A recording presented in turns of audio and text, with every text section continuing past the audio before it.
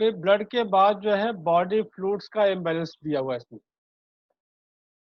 Blood के imbalance के बाद बॉडी फ्लूइड्स का इम्बैलेंस बताया हुआ है कि अगर हमारे बॉडी में जितने भी तरह के फ्लूइड्स हैं, अगर उन फ्लूइड्स का इम्बैलेंस हो जाए तो भी हमारे बॉडी में प्रॉब्लम्स आती है। फ्लूइड्स किस किस तरह के हैं? यूरिन, यूरिन कम आए या ज़्यादा आए, या रुक रुक करके आए, या थोड़ा थोड़ा आए, या ज़्यादा आए एक बार में, तो ये इम्बैलेंस है। इसी तरह से स्टूल, स्टूल के बारे में आप समझ रहे हैं। इसके बाद आपका स्वेटिंग, पसीना ज़्यादा आए या कम आए या बने ही ना, आए ही ना, तो ये भी एक इम्बैलेंस है। इसी तरह से सलाइवा, टीयर्स, लिम्फ, और ये स्पाइनल स्पाइनल फ्लूइड जो होता है, air, sperm, ova, hormones, chemicals, synovial fluids, ear wax, breast milk, mucus, phlegm, water, blood, menstrual fluids, vitamins, minerals, ये फ्लूइड्स हैं आपके सारे। अगर इनका इम्बैलेंस हो जाए, ये कम हो जाए तो भी प्रॉब्लम, ज़्यादा हो जाए तो भी प्रॉब्लम।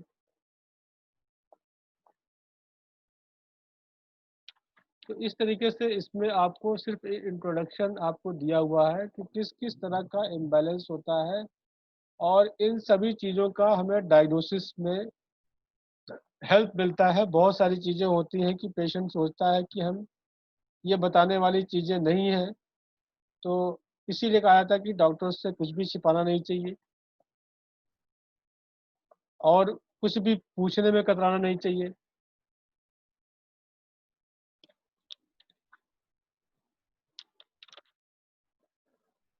तो इस तरीके से अगर आपका जो है दिया हुआ कि कहीं पे घट जाता है, कहीं पे फ्रूट्स घट जाए, कहीं पे घट जाए, कहीं घट गया तो ड्राइनेस आ जाएगी, और कहीं फ्रूट्स बढ़ गया तो स्वेलिंग आ जाएगा, जैसे फेस पे स्वेलिंग हो जाए, टांगों में स्वेलिंग हो जाए, तो ये फ्रूट्स जो है एक्सेस हो गया। तो इनको बैलेंस करने के पॉइंट्स आगे दिए हुए हैं, उसका हम, जिसके पास बुक नहीं है उनका हम फोटो खींच के भेज देंगे, जो सिम्टम्स और पॉइंट्स के साथ दिए हुए हैं। जो अभी हम लोग पढ़ रहे हैं इंट्रोडक्शन, इसके लिए आपको बुक्स जिनके पास नहीं है वो लेके पढ़िएगा, क्योंकि 450 पेज का पीडीएफ बनाना थोड़ा मुश्किल काम है।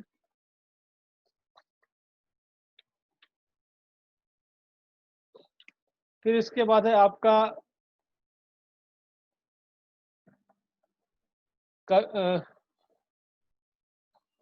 जैसे मान लीजिए कि अगर कहीं फ्लेम, अगर जैसे आपका फ्लेम है वो रुक जाए तो वो क्लॉट के रूप में बन सकता है।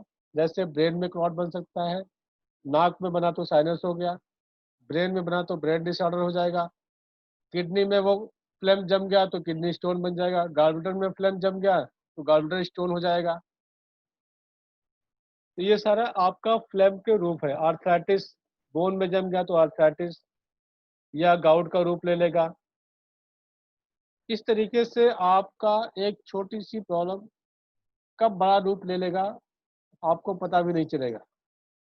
तो इसलिए जब भी हम क्रॉनिक पेशेंट को ट्रीट करते हैं तो हमें उसकी पूरी हिस्ट्री लेनी पड़ती है, और इसमें हिस्ट्री लेने का तरीका आगे बताया हुआ है। फिर इसके बाद है आपका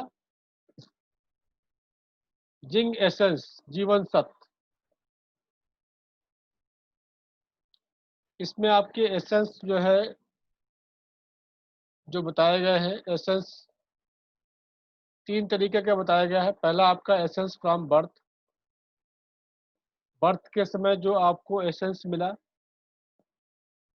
जिसको हम लोग जन्मजात कहते हैं, जो हमें गॉड दे करके भेजता है।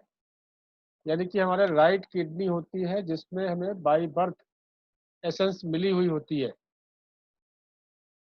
उसके बाद एसेंस ऑब्टेन ड्यूरिंग लाइफ, अपने लाइफ के दौरान जो आपने खा करके, पी करके, या अपने लाइफ स्टाइल को ठीक रखते हुए, खाना पीना, सोना जागना, और आपके इमोशंस, इन सारों को बैलेंस रखते हुए जो आप एसेंस एसेंस इकट्ठा करते हैं अपने जीवन में, वो आपके पूरी लाइफ काम आता है, आपके मुश्किल में काम आता है।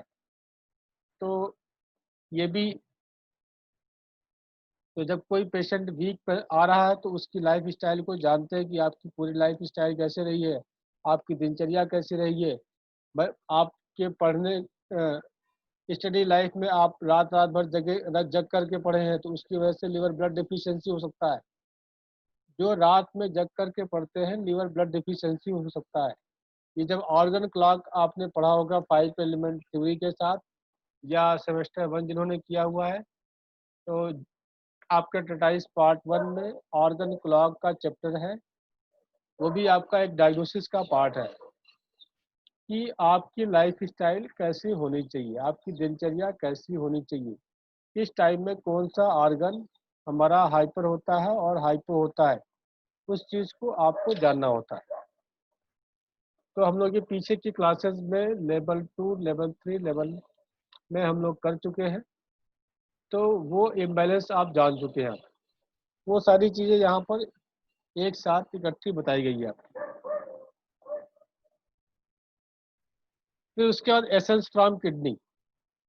हमारे राइट किडनी में एसेंस ऑलरेडी होता है।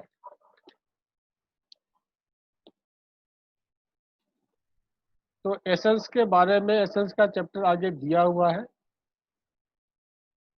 तो इसमें यही बताया गया कि एसेंस का इम्बैलेंस,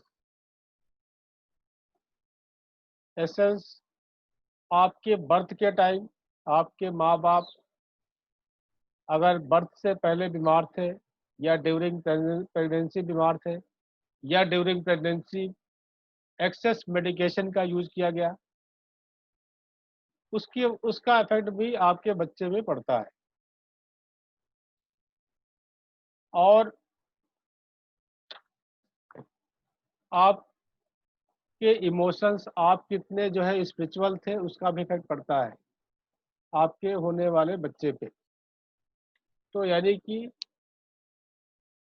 बर्थ के बाद बच्चे की मैक्सिमम कुछ बीमारियों के जिम्मेदार हम अपने माँ बाप को कह सकते हैं।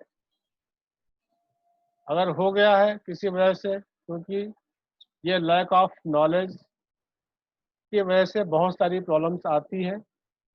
तो ये क्लास का पर्पज़ ये भी है कि अगर आपको सिर्फ नॉलेज भी हो जाती है, तो नॉलेज होने से हम बहुत सारी चीज़ों से अवेयर होके अपने आप को सुधार करके अपने आप को ठीक रखते हुए हम अपने बच्चों को भी ठीक रख पाते हैं। तो इस तरीके से आपका जो है जीवन सत्य के बारे में आपका बड़े सिंपल लैंग्वेज में लिखा हुआ है। आप इसमें बुक्स को पढ़ लीजिएगा, पढ़ करके आसानी से आपको समझ में आ जाएगा। फिर लास्ट में जीवन सत्य के बारे में लिखा हुआ कि जन्मजात जीवन सत्य और जग में प्राप्त जीवन सत्य, ये दोनों प्रकार, दोनों मिलकर बनाते किडनी का जीवन सत्य, जो आपको बाई बर्थ मिला और जो आप अपने लाइफ टाइम में एसेंस को इकट्ठा करते हैं। ये दोनों मिला करके किडनी का जीवन सत्य किडनी में स्टोर होता है, किडनी में स्टोर होता है। और जिसको जो है 8 EOB में ये बहता है। अभी हम लोग लेवल 2 में EOB पढ़े थे, एक्स्ट्रा ऑर्डिनरी वेसल